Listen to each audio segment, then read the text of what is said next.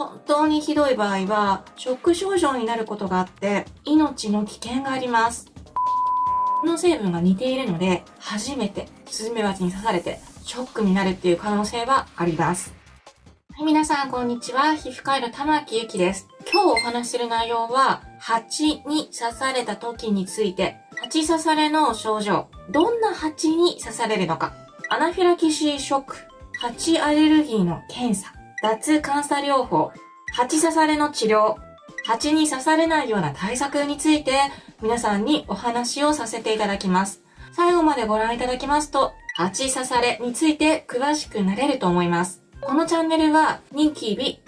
跡、様々な皮膚トラブルでお悩みな患者さんに正しい知識を世の中に広げるため、現役皮膚科医の玉木ゆきがお送りします。綺麗な肌を目指して皮膚科医が肌トラブルのお悩みを解決します。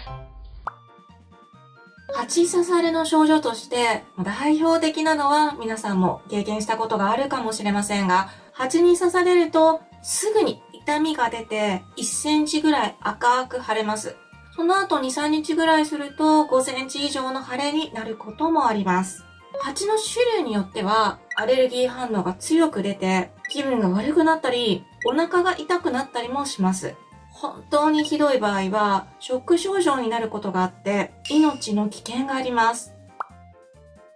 どんな蜂に刺されやすいんでしょうか？人を刺す蜂はミツバチ、スズメバチ、アシナガバチの3種類ですが、蜂に刺されると蜂毒の刺激作用によって強い痛みがあって赤く腫れて水ぶくれができることがあります。アシナガバチは向こうから襲ってくるってことはあんまりないんですが、スズメバチは攻撃性が強いので人が襲われるっていうことがあります。特に秋は餌になる昆虫が少なくて気が立っているのでスズメバチに刺されるって人が多いです。アシナガバチとスズメバチっていうのは庭木の手入れとか農作業、ハイキングの時に刺されやすくて、蜂の繁殖期の夏から秋に刺される方が多い印象です。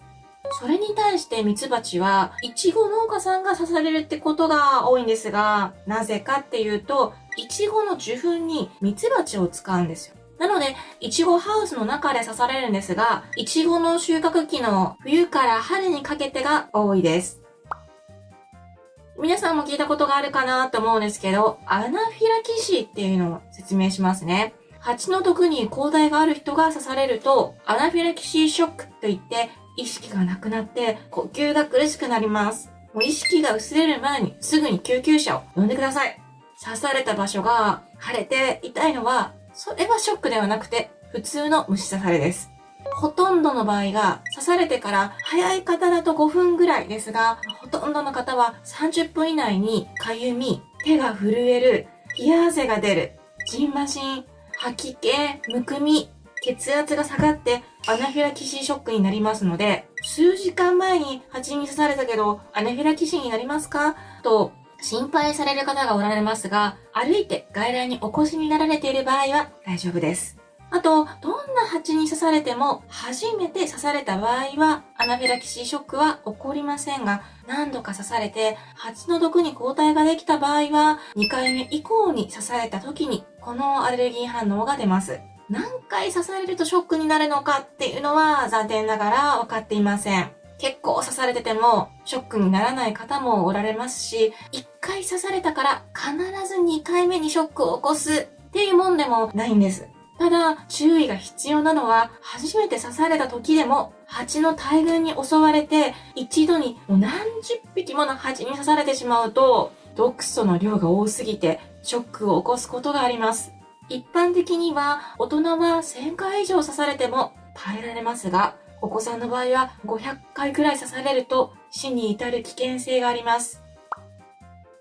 アシナガバチ、スズメバチ、ミツバチは、アレルギーがあるのか心配な方は血液検査で調べることができます。アレルギー検査の判定は0から6まであって、0は陰性、1は偽陽性、2以上を陽性と判定しています。数字が大きくなればなるほど陽性度が高いです。初めて蜂に刺されて感作されているかどうかを確認するための検査は、刺されてから直後だとまだ抗体が作られていなくてわからないので、1ヶ月ぐらい経ってから測定するのがおすすめです。過去に何回か刺されているって方は、2以上になる確率は 30% くらいです。ただ、5とか6だからって言って、絶対にショックになるとは言えず、体調にもよってショックを起こす確率は変わります。あと、たとえ検査結果が2以上の陽性になっていたとしても、10年ぐらい経つと抗体価が徐々に下がってきてしまうんですね。なので、採血で陰性になります。なので、よく蜂に刺されやすいって方は、年に一度ぐらい定期的に採血をして、ご自身の値を確かめた方がいいです。アシナガバチとスズメバチの毒の成分が似ているので、アシナガバチにしか刺されていなくても、初めてスズメバチに刺されてショックになるっていう可能性はあります。もし蜂に刺されたことがあって、血液検査で陽性に出ていて、不安を感じておられるなら、お近くの皮膚科でご相談なさってくださいね。ショックを起こしたことがあるのでしたら、もう刺された時用にエピペンっていうアドレナリンの自己注射薬を処方してもらってください。エピペンを処方できる先生は限られてますので、受診をされる前にクリニックに確認をしてみてくださいね。この薬は残念ながら有効期間が1年ぐらいしかないので、1年ごとに新しく処方してもらう必要がありますので、こちらも覚えておいてくださいね。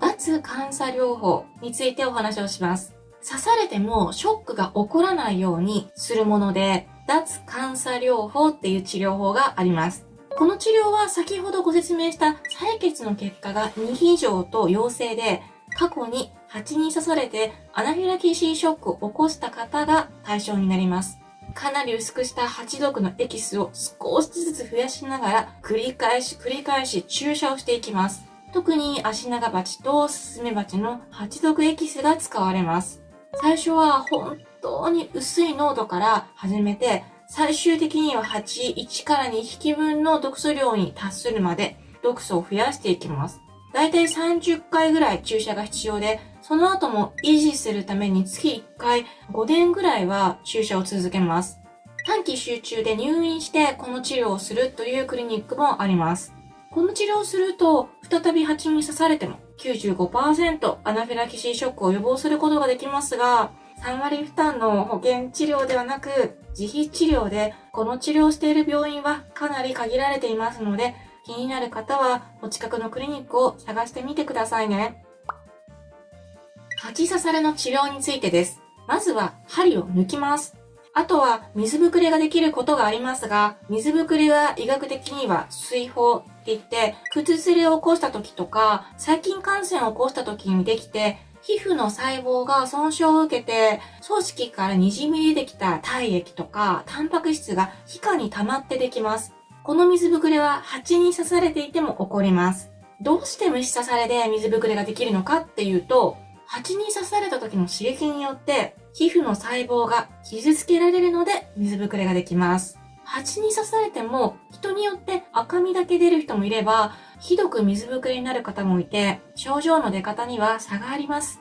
水ぶくれができてジュクジュクしている時は消毒はしないで、まずは石鹸で洗ってください。触ると細菌が起きて可能して、シミや跡になったりもしますので、ステロイドを塗ったり、腫れがひどい時は抗生剤を飲んだりして、炎症をしっかりと抑えましょう。蜂刺されの対策としては、まずは蜂を刺激したり巣に近づかないようにしましょう。蜂に刺されそうなところに行くときは、長袖、長ズボンと首周りはタオルで覆って、皮膚が出ている場所を減らすようにしましょう。香水とかヘアスプレーの香りも蜂を刺激するので、レジャーの時は避けてみてください。急にアナフィラキシーが起こってしまうと、意識がなくなって命の危険がありますので、気になる方は一人で屋外で作業はしないで、周りに誰かいる状況を作ってくださいね。それでも刺されてしまったら、安全な場所で静かに横になって刺されたところを冷やしてください。手が震える、冷や汗が出る、ジンマシン、吐き気、お腹が痛いなどの症状が出たら、ショックの可能性があるので、すぐに救急車を呼んでくださいね。綺麗な肌を目指して、皮膚科医が肌トラブルのお悩みを解決します。ということで、今日は蜂刺されについて、蜂刺されの症状、どんな蜂に刺されるか、アナフィラキシーショック、蜂アレルギーの検査、脱感作療法、蜂刺されの治療、蜂に刺されないような対策について皆さんにお話をさせていただきました。最近は海外から様々な生き物が国内に侵入していて、毒グモのセアカゴゲグモ、これはもう噛まれるとめっちゃくちゃ痛くて、筋肉痛、吐き気、下痢、頭痛とか全身症状を起こします。あとは輸入コンテナとかから国内に入ってきたヒアリとか、これも蜂と同じく毒針があって、一旦赤く腫れて痛みを伴いますが、刺されるとアナフィラキシー症状を起こすことがあります。気になる方はお近くの皮膚科を受診なさってみてくださいね。今回の動画が少しでも役に立ったなっていう方は、高評価やチャンネル登録をしていただけると、今後の動画配信の励みになりますので、とても嬉しいです。このチャンネルには、皮膚をきれいにする動画や、ためになる動画がたくさんありますので、ぜひご覧になってみてください。ではまた次の動画でお会いしましょう。さようなら。最後までご視聴ありがとうございました。このチャンネルでは、綺麗な肌を目指す方へ、皮膚科医が肌のトラブルのお悩みを解決しています。コメントや高評価ボタンを押していただけると、今後の動画更新の励みになるのでとても嬉しいです。それではまた次回の動画でお会いしましょう。